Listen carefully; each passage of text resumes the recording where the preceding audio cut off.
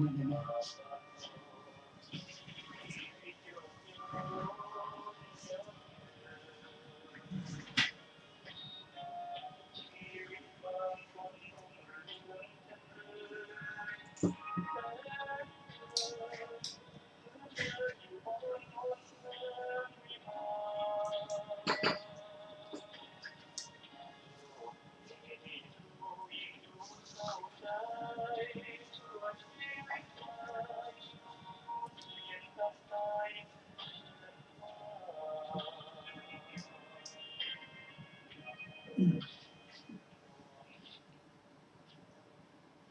ขอนอบน้อมแด่พระผู้มีพระภาคเจ้าพระองค์นั้นซึ่งเป็นผู้ไกลจากกิเลสตรัสรู้ชอบได้โดยพระองค์เองสวัสดีครับท่านผู้ฟังที่เคารพครับท่านผู้ฟังกำลังรับฟังรายการศึกษาพระพุทธศาสนาตามพระไตรปิฎกมีเสนอแก่ท่านผู้ฟังทุกวันอาทิตย์ตั้งแต่เวลา15 นาฬิกาถึง 16 นาฬิกาดำเนินรายการโดยกระผมพันเอกธนัทเดชะมีอาจารย์สุรภาเดชะเป็นผู้ร่วมรายการวันนี้เราได้นำพระไตรปิฎกฉบับอรรถกถาเล่มที่ 41 มาศึกษากันในพระสูตรที่ชื่อว่านางปัตตาจาราเรื่องนี้มีอยู่ที่หน้า489ของเล่มที่ 41ท่านผู้ฟังมีพระไตรปิฎกแบบนี้ก็ขอเชิญมาศึกษาร่วมกันพระสูตรที่ชื่อว่านางปัตตาจารานั้นเมื่อท่านได้ฟังจบแล้วก็จะเห็นว่ากรรมนั้นสลับซับซ้อนโดยเฉพาะการให้ผลนั้นยากที่จะเข้าใจนี่พระพุทธเจ้าเท่านั้นที่จะเข้าใจที่จะอธิบายที่จะตรัสได้อย่างครบถ้วนถูกต้องแม้พระอรหันต์องค์อื่นๆท่านก็ยังไปทูลถามพระพุทธเจ้าถึงเรื่องนี้ เราเท่าที่ทราบเรื่องกรรมแล้วก็ทราบเพียงแต่เบื้องต้นเช่นว่ากรรมคืออะไรคือกรรมคำตอบก็คือเจตนาเจตสิก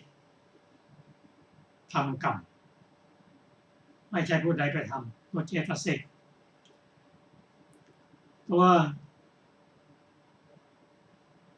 ตัวนี้หรือเรียกว่าเจตนาเกิดร่วมกับจิตทุกดวงเราจะทราบหรือไม่ทราบก็ตามเป็นการพูดการคิดการกระทำตัวเจตนานั้นเป็นตัวบันทึกไว้เป็นตัวกระทำตรงไหนมั่งทางกายวาจาและใจรายละเอียดนั้นเราก็ได้ทราบว่ามีมากเกี่ยวกับกรรมกล่าวว่าบุคคลมีกรรมเป็นของตนเป็นทายาทของกรรมมีกรรมเป็นกำเนิดมีกรรมเป็นที่พึ่งมีกรรมเป็นที่อาศัยบุคคลทำกรรมอย่างใดก็จะได้รับผลของกรรมอย่างนั้นคือทำกรรมชั่วได้รับผลชั่วทำกรรมดีก็รับผลดีแต่การให้ผลของกรรมนั้นสลับซับซ้อนกรรมบางอย่างคือกรรมทุกอย่างให้ผลในปัจจุบันทำแล้วให้ผลปัจจุบันให้ผลในชาติให้ผลในชาติหน้าคือนำไปแก่และถ้ายังไม่หมดก็ให้ผลต่อเนื่องกันไปทุกชาติจนกว่าจะถึงพระนิพพานส่วนลำดับก่อนหลังนั้นก็ขึ้นอยู่กับ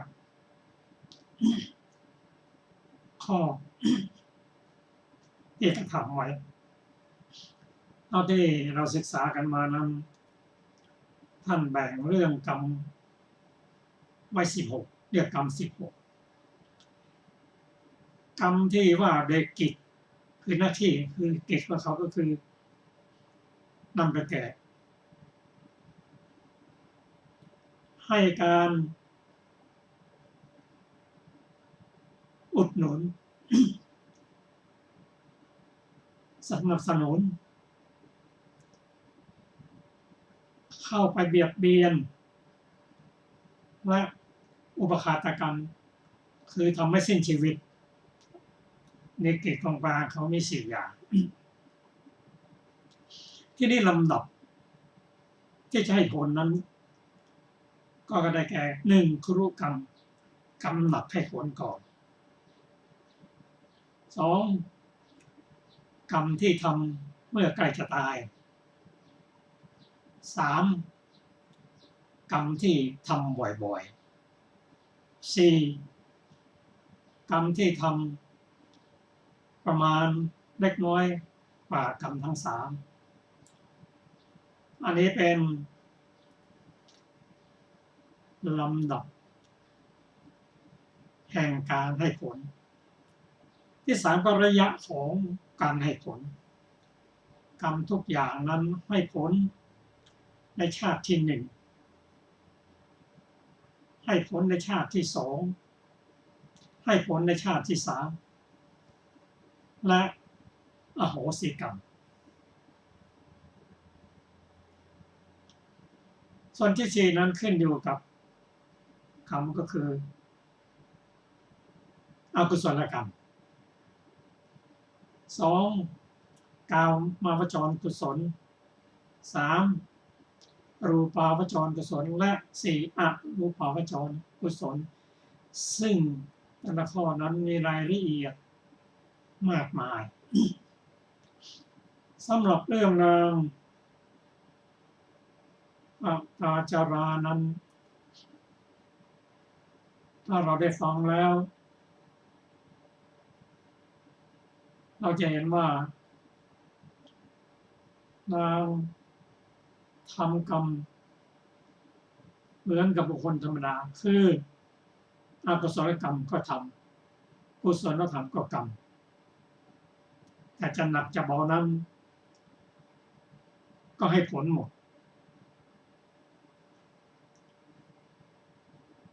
ตัวนางปตาจารานั้นการให้ผลนั้นอกุศลกรรมให้ผลก่อนส่วนกุศลกรรมนั้นให้ผลทีหลังโดยเฉพาะเธอ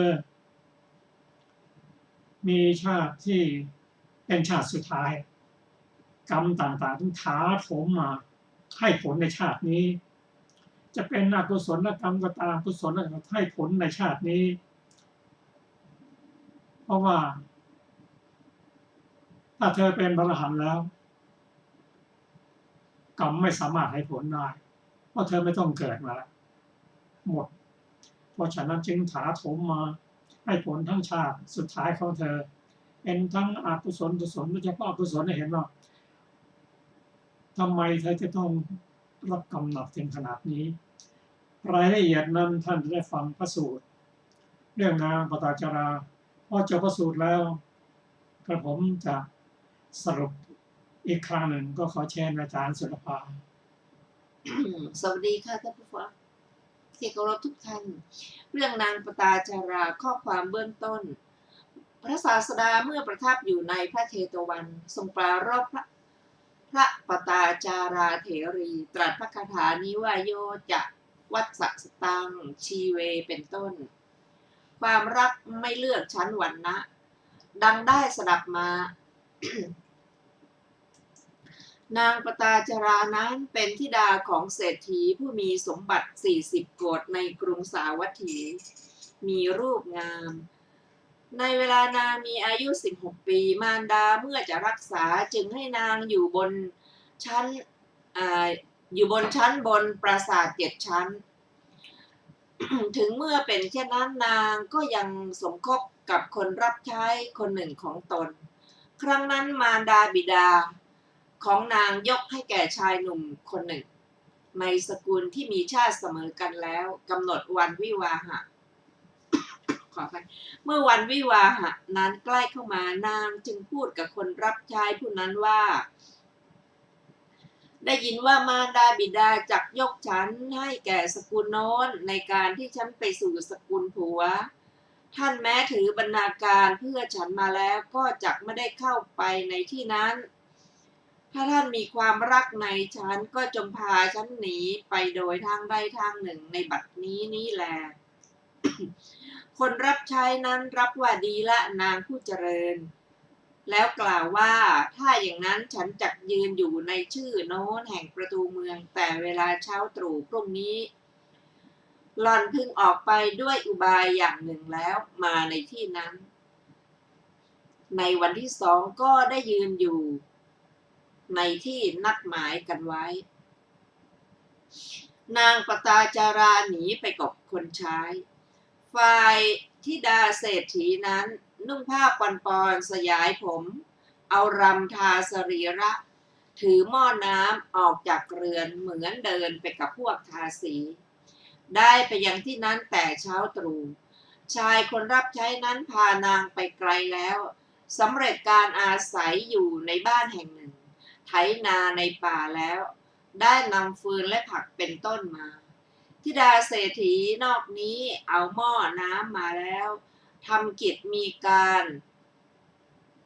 ตำข้าวและหุงข้าวเป็นต้นด้วยมือตนเองเสวยผลแห่งความชั่วของตนครั้งนั้นสัตว์เกิดในครรภ์ตั้งขึ้นในท้องของนางแล้วนางมีครรภ์แก่แล้วจึงอ้อนวอนสามีว่าใครๆผู้อุปการะของเราไม่มีในที่นี้ธรรมดามารดาบิดาเป็นผู้มีใจอ่อนโยนในบุตรทั้งหลายท่านจงนำฉันไปยังสำนักของท่านเถิดฉันจะคลอดบุตรในที่นั้นสามีนั้นคัดค้านว่านางผู้เจริญเจ้าพูดอะไรมารดาบิดาของเจ้าเห็นฉันแล้ว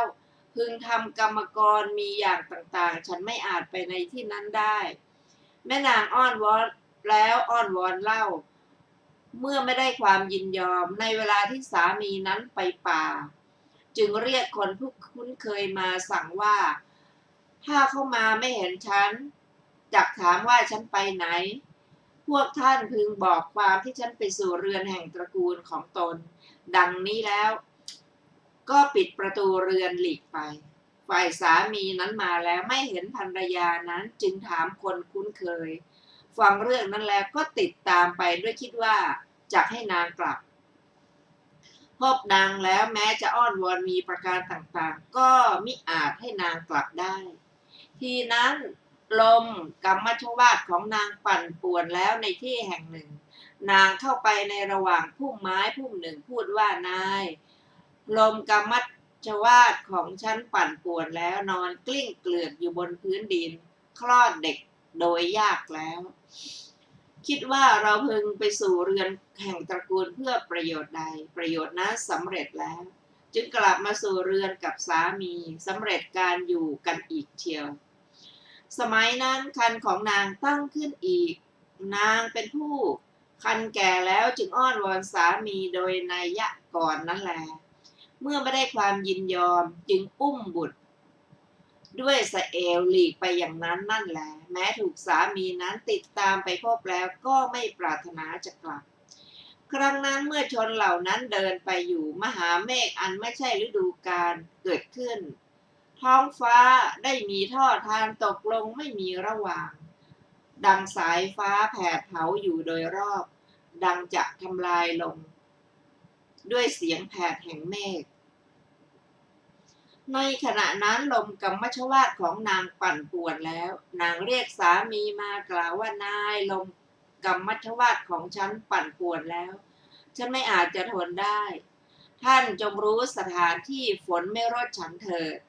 สามีนั้นมีมีดอยู่ในมือตรวจดูข้างโน้นข้างนี้เห็นพุ่มไม้ซึ่งเกิดอยู่บนจอมปลวกแห่งหนึ่งเริ่มจะตัดลำดับนั้นอสรพิษมีพิษร้ายกาจเลื้อยออกจากจอมปลวกกัดเขาในขณะนั้นนั่นแหละสรีระของเขามีสีเขียวดังถูกเปลวไฟอันตั้งขึ้นในภายในไหม้อยู่ ล้มลงในที่นั้นนั่นเองฝ่ายภรรยานอกนี้เสวยทุกอย่างมหันต์แม้มองดูทางมาของเขาอยู่ก็ไม่ได้เห็นเขาเลยจึงคลอดบุตรคนอื่นอีกทารกทั้งสองทนกำลังแห่งลมและฝนไม่ได้ก็ร้องไห้ลั่นนางเอาทารกแม้ทั้งสองนั้นไว้ที่ระหว่างอุทธรยืนเท้าแผ่นดินด้วยเข่าและมือทั้งสองให้ราตรีล่วงไปแล้วสรีระทั้งสิ้นได้เป็นดังสีใบไม้เหลืองเหมือนไม่มีโลหิตเมื่ออรุณขึ้นนางอุ้มบุตรคนหนึ่งซึ่งมีสีดังชิ้นเนื้อด้วยสะเอวจูงบุตรนอกนี้ด้วยนิ้วมือกล่าวว่ามาเถิดพ่อบิดาเจ้าไปโดยทางนี้ดังนี้แล้วก็เดินไปตามทางที่สามีไปเห็นสามีนั้นล้มตายบนจอมปลวกมีสีเขียวตัวกระด้างร้องไห้รำพันว่าเพราะอาศัยเราสามีของเราจึงตายที่หนทางเปลี่ยวดังนี้แล้วก็เดินไปนางเห็นแม่น้ำอจิรวดีเต็มเปี่ยมไปด้วยน้ำมีประมาณเพียงหัวเขามีประมาณเพียงนมเพราะฝนตกตลอดคืนอย่างรุ่งไม่อาจลงน้ำพร้อมด้วยทารก2 คนได้เพราะตนมีความรู้อ่อนจึงพักบุตรคนใหญ่ไว้ที่ฝั่งนี้อุ้มบุตรคนเล็กนอกนี้ไปฝั่งโน้นลาดกิ่งไม้ไว้ให้บุตรนอนแล้วคิดว่าจักไปที่อยู่ของบุตรนอกนี้ไม่อาจละบุตรอ่อนได้กลับแลดูแล้วแลดูแล้วดูแล้วดูเล่าเดินไปครั้นในเวลาที่นางถึงกลางแม่น้ำเหยี่ยวตัวหนึ่งเห็นเด็กนั้นจึงโฉบลงมาจากอากาศด้วยสำคัญว่าเป็นชิ้นเนื้อนางเห็นมันโฉบลงเพื่อต้องการบุตรจึงยกมือทั้งสองขึ้นร้องเสียงดัง3 ครั้งว่าสูสูเหยี่ยวไม่ได้ยินเสียงนั้นเลยเพราะไกลกันจึงเฉียวเด็กบินขึ้นสู่เวหาไปแม้บุตรผู้ยืนอยู่ที่ฝั่งนี้เห็นมารดายกมือทั้งสองขึ้นร้องเสียงดังที่ท่ามกลางแม่น้ำจึงกระโดดลงในแม่น้ำโดยเร็วด้วยสำคัญว่ามารดาเรียกเราเหยี่ยวเฉียวบุตรอ่อนของนางไปบุตรคนโตถูกน้ำพัดไปด้วยประการชนี้นางทราบข่าวว่ามารดาบิดาตายอีกนางเดินร้องไห้รำพันว่าบุตรของเราคนหนึ่งถูกเหยี่ยวเฉียวไปคนหนึ่งถูกน้ำพัดไปสามีก็ตายในที่เปลี่ยวพบบุรุษผู้หนึ่งเดินมาแต่กรุงสาวัตถีจึงถามว่าพ่อฉันอยู่ที่ไหนบุรุษนั้นตอบว่าฉันอยู่ในกรุงสาวัตถีแม่ธิดาเศรษฐีก็ถามว่าตระกูลชื่อโน้นเห็นปานนี้ใกล้ถนนโน้นในกรุงสาวัตถีมีอยู่ทราบไหมพ่อบุรุษนั้นตอบว่าฉันทราบแม่แต่อย่าถามถึงตระกูลนั้นเลยถ้าท่านรู้จักตระกูลอื่นก็จงถามเถิดธิดาเศรษฐีก็ถามว่ากรรมด้วยตระกูลอื่นของฉันไม่มีฉันถามถึงตระกูลนั้นเท่านั้นแหละพ่อบุรุษนั้นก็ตอบว่าแม่ฉันบอกก็ไม่ควรธิดาเศรษฐีก็บอกว่าบอกฉันเถิดพ่อ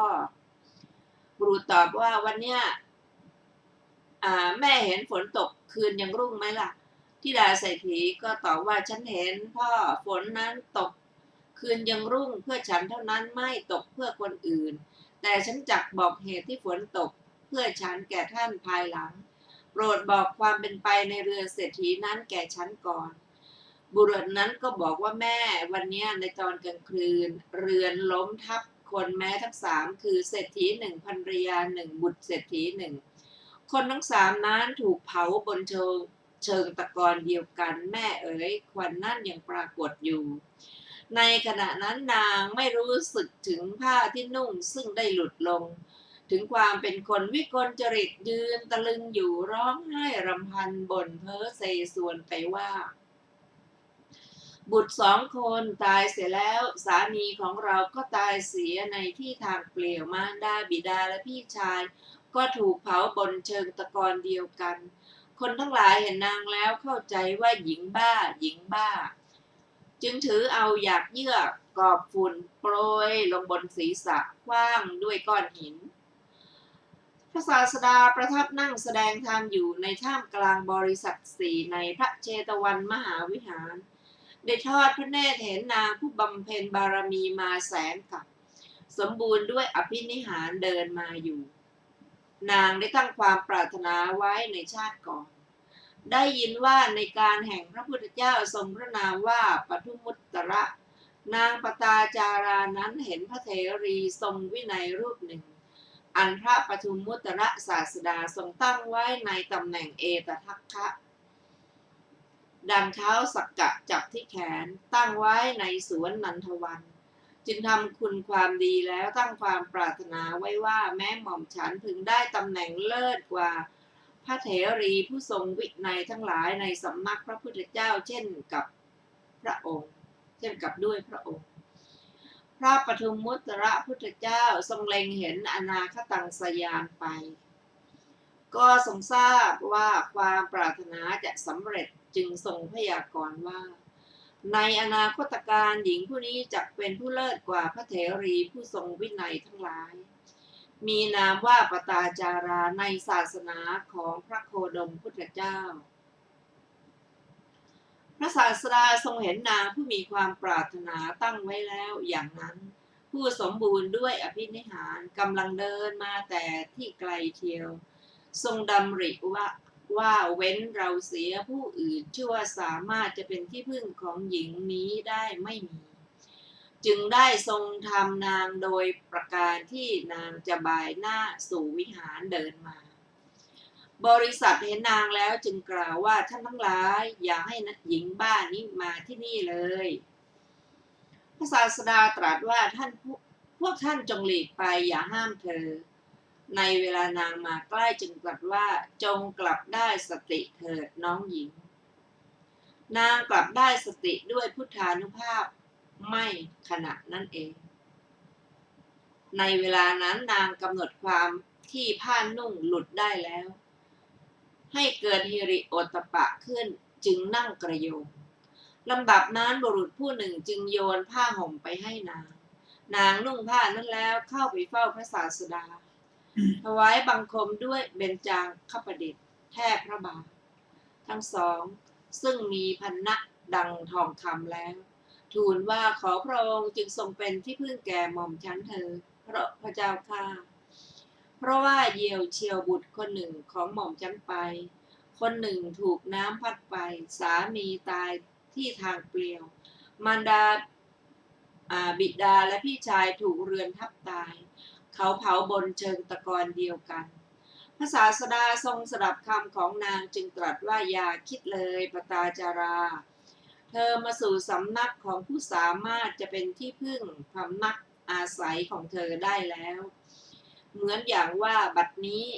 บุตรคนหนึ่งของเธอถูกเหยี่ยวเฉี่ยวไป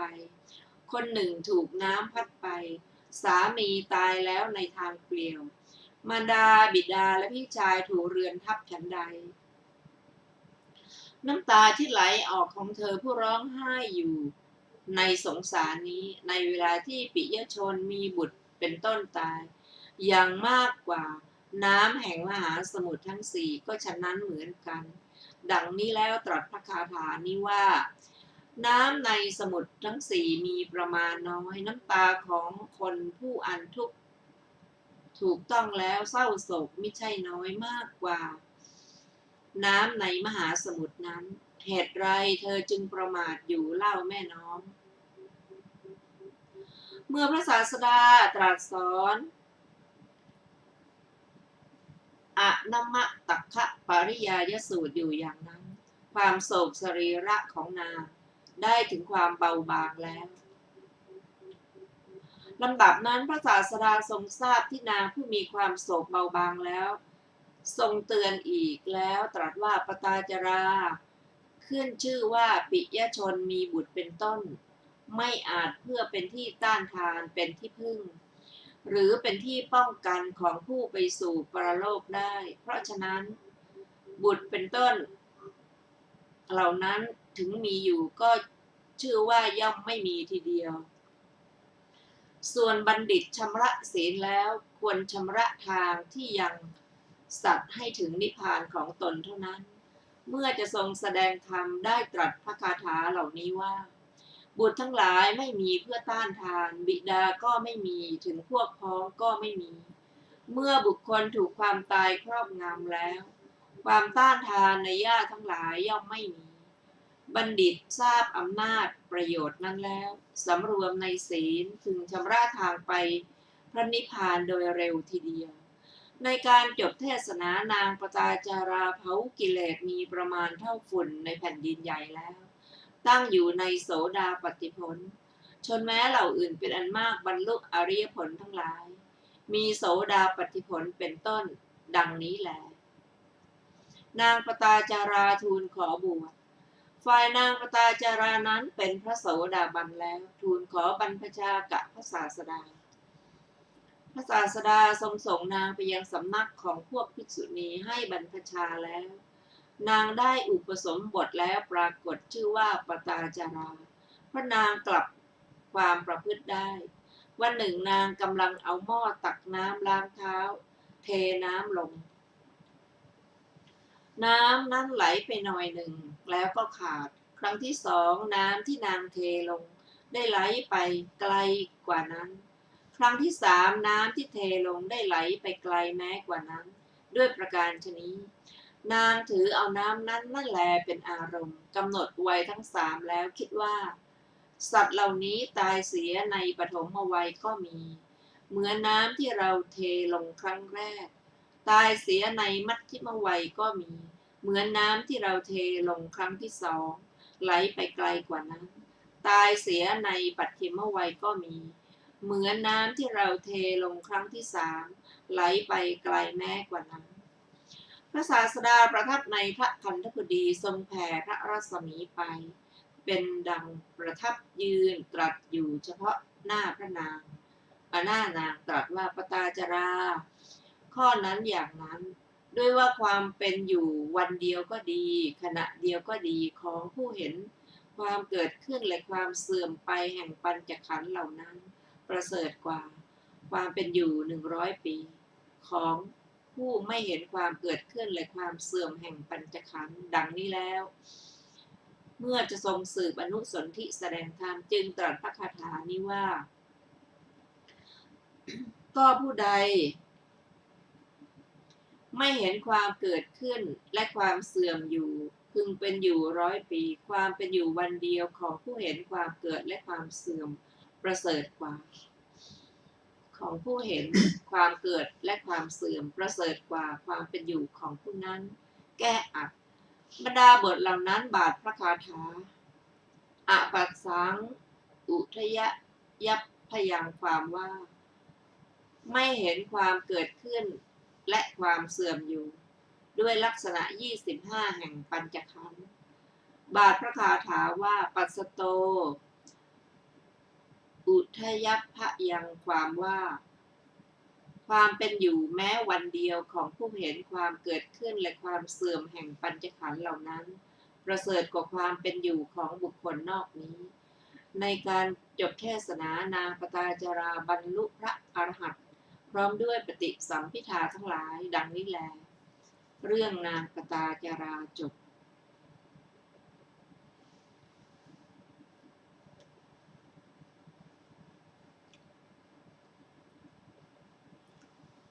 ท่านผู้ฟังที่เคารพครับจากพระสูตรที่ได้รับฟังกันมานี้เราจะเห็น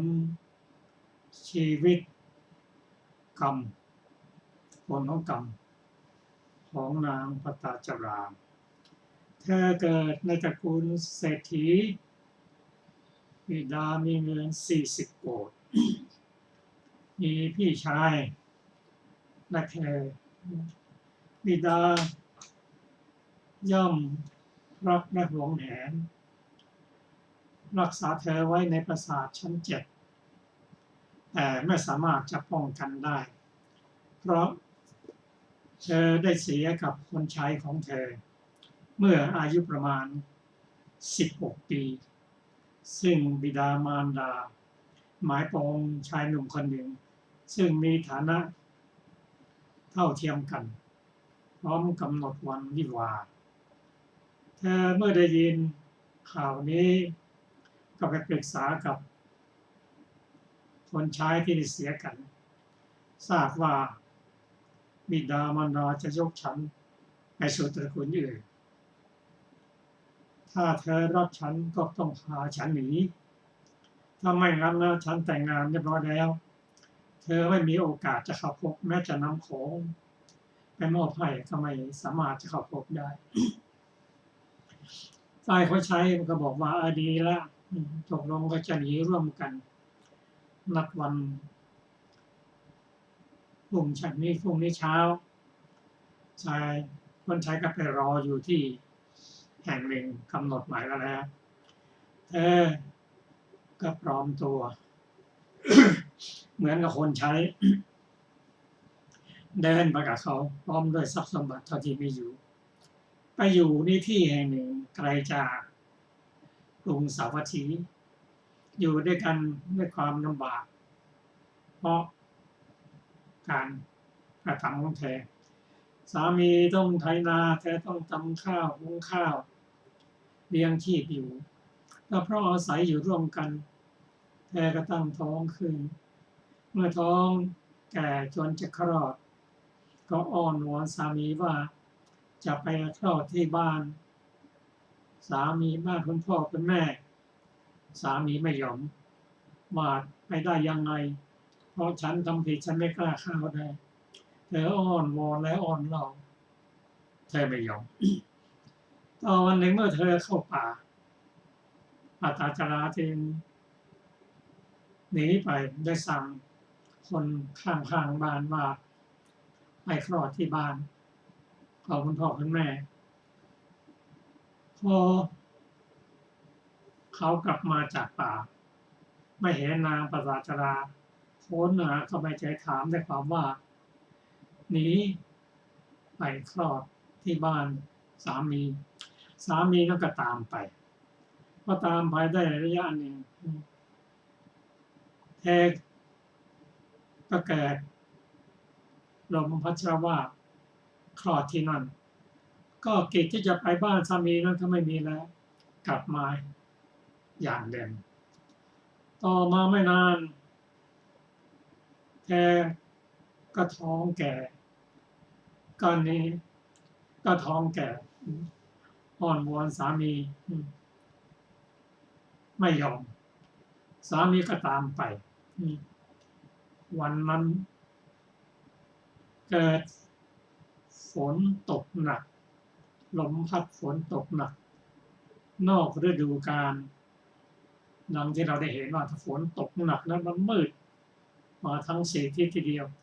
ฝนตกหนักเธอก็ปวดท้องจะคลอดอ้อนวอนสามี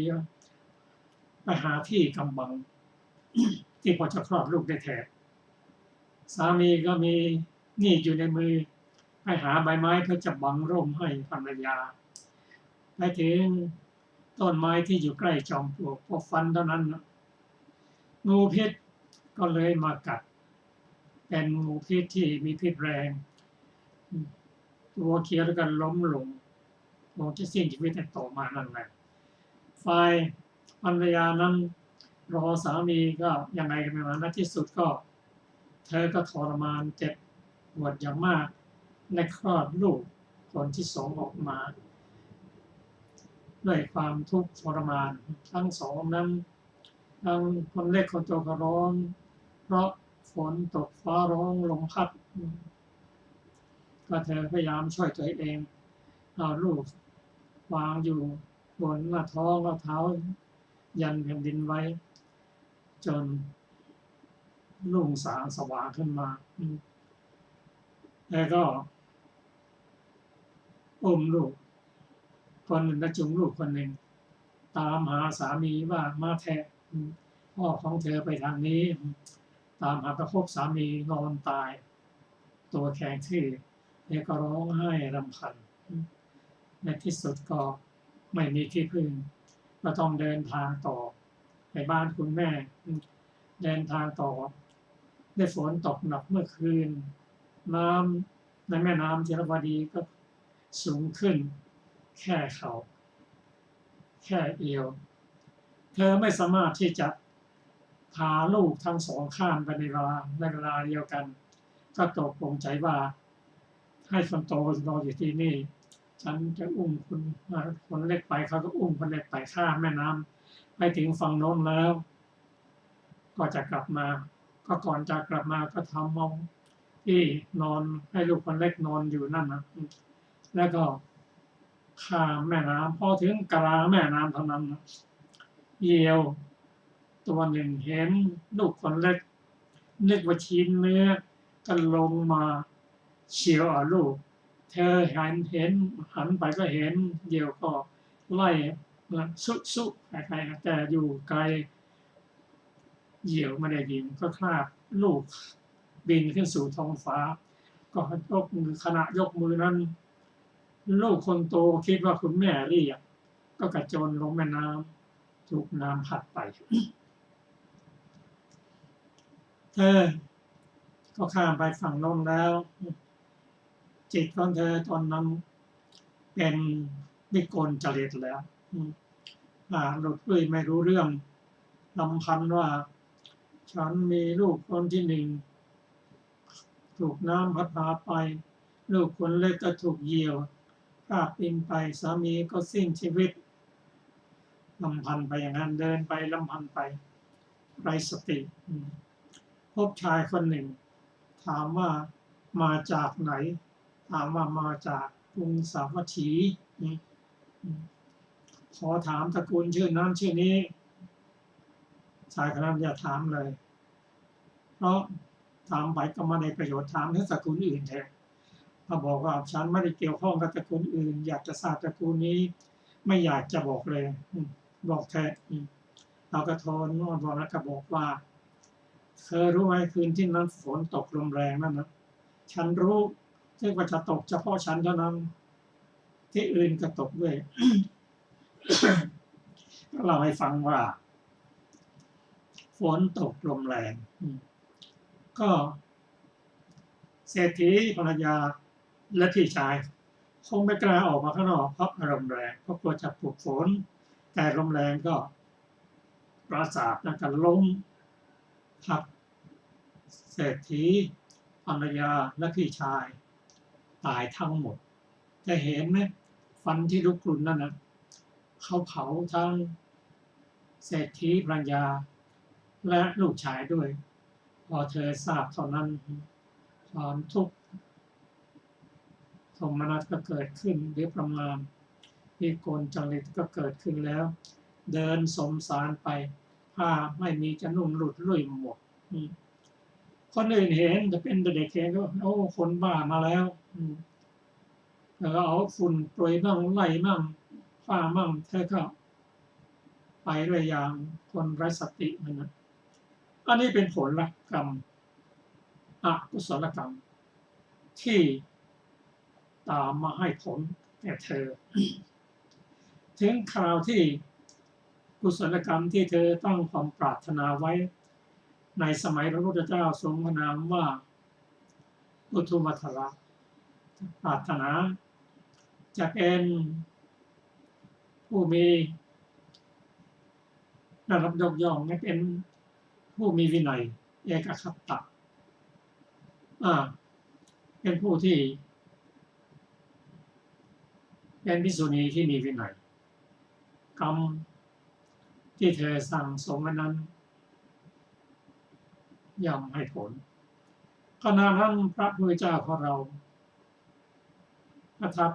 อยู่ในวิหารกรุงสาวัตถีได้เล็งเห็นนางปตาจาราเดินสมสารมาก็เห็นว่าเธอตั้งความปรารถนาไว้เมื่อแสนกลับแล้วถ้าพระองค์ไม่โปรดก็ไม่มีใครจะช่วยเธอได้ก็พระองค์ก็โปรดให้เธอเดินตรงมายังวิหารขณะที่มาถึงวิหารนั้นคนก็ ห้ามปรามว่าอย่าให้หญิงบ้าได้เข้ามาพระองค์ตรัสว่าอย่าให้เธอเข้ามาเถิดคนก็ปล่อยให้หญิงปตาจารานั้นเข้ามาพอจวนจะถึงนั้นคนเห็นว่านางนั้นไม่มีผ้าห่มนุ่งก็โยนผ้าห่มให้เธอก็นั่งขยมพระพุทธเจ้าแสดงด้วยพุทธกิจฤทธิ์ของพระเจ้าให้เธอมีสติกลับมาเมื่อเธอมีสติแล้วก็พอรู้สึกละอายพอดีได้ผ้าห่มแล้วก็เธอกราบพระผู้เป็นเจ้าที่เบื้องยุคลพระบาทกราบทูลว่าขอพระผู้เป็นเจ้าได้โปรดเป็นที่พึ่งเถิดเพราะที่พึ่งอื่นไม่มีแล้วพระองค์ตรัสว่าเธอมาถึงที่นี่แล้วเธอพบพระพุทธเจ้าที่จะให้เป็นที่พึ่งแก่เธอได้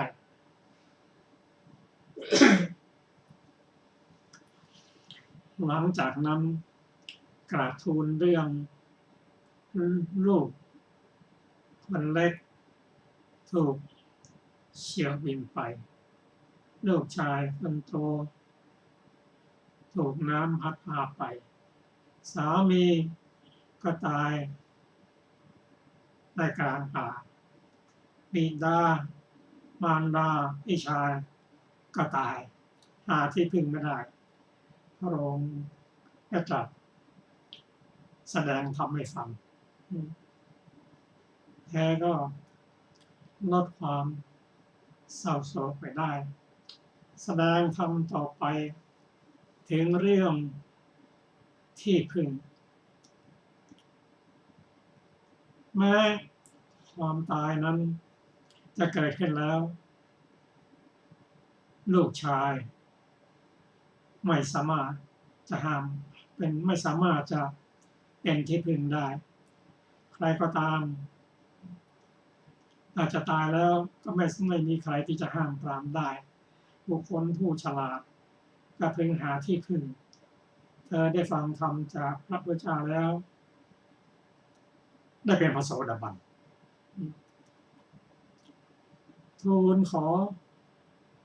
บัพพชาอุปสมบทพระองค์ทรง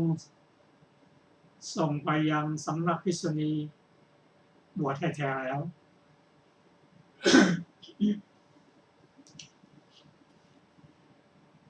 ในขณะที่บวชนั้นวันหนึ่งเธอตักน้ำล้างเท้ามันลดไปหน่อยน้ำมันไหลไปหน่อยหนึ่งน้ำยังเหลือล้างครั้งที่สองน้ำก็ไหลไปไกลอีกหน่อยเทน้ำทั้งหมดน้ำก็ไหลไปไกลที่สุดที่นั่นแล้วก็หยุดลงเธอมีความคิดว่า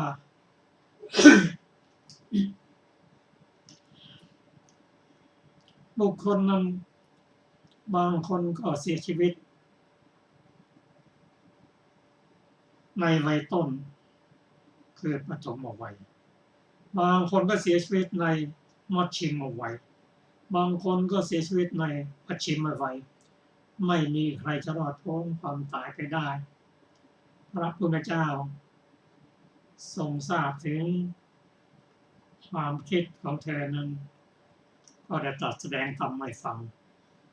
ว่าบุคคลนั้นไม่ตายในปฐมวัยก็มัชชิมวัยหรือไม่ก็มัชชิมวัยหรือปัจฉิมวัยบุคคลผู้ฉลาดนั้นไม่ควรจะปล่อยเวลาให้ล่วงไปเพราะว่าบุคคลผู้มีปัญญานั้นคิดถึงความเกิดความเสื่อมของขันธ์ห้าเพียงวันเดียวก็ยังดีกว่าบุคคลผู้ไม่รู้ธรรมแม้อยู่เพียง100 ปีก็ตามเพราะบุคคลผู้รู้ธรรมนั้นจะรู้ถึงความเกิด ความดับรู้คุณรู้โทษรู้ทางสลัดออกของขันธ์ห้านางได้สดับพระธรรมเทศนานั้นบรรลุเป็นพระอรหันตบุคคลอาจารย์ผู้ฟังที่เคารพครับเรื่องของนางปตาจารานั้นให้ข้อคิดแก่เราว่าทุกสิ่งทุกอย่างไม่เที่ยงเป็นทุกข์เป็นอนัตตาควรที่จะน้อมนำคำสอนนั้นมาศึกษากันว่าวันล่วงไปมีการกระทำทางกายวาจาและใจเป็นกุศลก็มีเป็นอกุศลก็มีทุกสิ่งทุกอย่างบันทึกไว้โดยแน่นอนเพราะว่ากรรมนั้นถูกบันทึกโดยเชียวโดยจิตเรียกว่าชาวนาจิตการกระทำทุกอย่างอันเกิดขึ้นจากการได้เห็นได้ยินได้กลิ่นได้รสอันเป็นวิบากนั้นให้ผลเป็นวิบากแต่ถ้าเราไม่เข้าใจแล้วก็ไปสานต่อวิบากนั้นเช่นมีอารมณ์ดีๆที่พอใจก็ไปรักใคร่หลงไหลสุขเวทนาเป็นตัวโลภะถ้าประสบกับทุกขเวทนาหรืออทุกขเวทนาซึ่งเป็นวิบากนั้นเป็นผลที่เราจะได้รับแต่ถ้าเราไม่เข้าใจก็ไปสานต่อเป็นการเพิ่มโลภะโทสะโมหะให้นอนเนื่องในจิตทำให้เกิดตัณหาเพราะเวทนาเป็นปัจจัยให้เกิดตัณหาตัณหานั้นคืออะไรตัณหานั้นคือความยินดีพอใจในอารมณ์นั้นๆและไม่อิ่มในอารมณ์นั้นๆซึ่งเป็นตัวทุกข์ตัวตัณหานั้นก็เป็นปัจจัยให้เกิดอุปทานนั้นมาเกิดภพทำปัจจัยให้เกิดชาติก็เป็นเรื่องที่พระพุทธเจ้าตรัสไว้หลายสูตรเกี่ยวกับการเดินทางหรือวัฏฏะที่วนเวียนอยู่ในโลกนี้ซึ่งรายละเอียดในปฏิสมุปบาทนั้นที่เราได้ทราบนั้นก็คือปฏิจจสมุปบาทใน12ในซึ่งกล่าวว่าอวิชชาคือความไม่รู้นั้นเป็นปัจจัยให้แก่สังขารตัวเจตนาปรุงแต่งให้เป็นบุญบ้างเป็นบาปบ้างเป็นอเนญชาบ้างถึงแม้จะเป็นกุศลหรืออกุศลหรือเป็นบุญก็ตามแต่ถ้ายังไม่ได้ศึกษาในพุทธศาสนาก็วนเวียนอยู่ในโลกนั้นเกิดในอบายมั่งมนุษย์บ้างเทวดาบ้างเป็นพรหมบ้างกับรวมกันอย่างนี้และสังขารนี้ที่ปรุงแต่งแล้วเป็นปัจจัยให้เกิดวิญญาณได้แก่วิปากวิญญาณ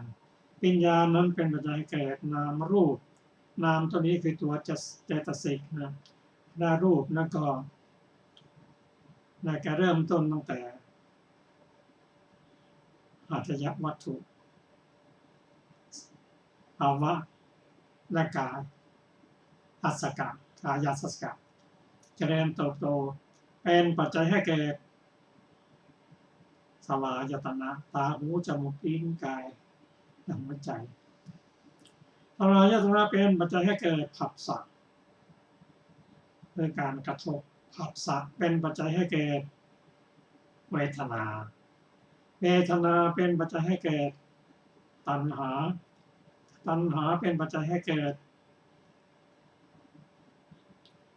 อุปทาน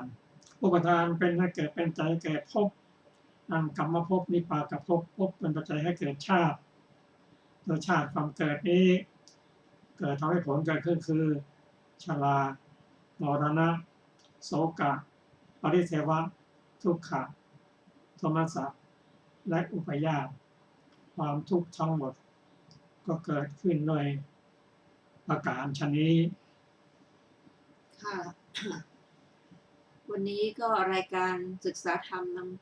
รายการศึกษาพระพุทธศาสนาตามพระไตรปิฎกก็ได้หมดเวลาลงแล้วนะคะขอขอบพระคุณทุกท่านที่ได้ร่วมศึกษาด้วยกันเราจะมาพบกันใหม่ในวันอาทิตย์หน้าเวลาเดียวกันนี้นะคะด้วยเรื่องของนางกิสาโคตมีค่ะขอมีความสุขสวัสดีเจริญในธรรมยิ่งสวัสดีค่ะวันนี้ครับ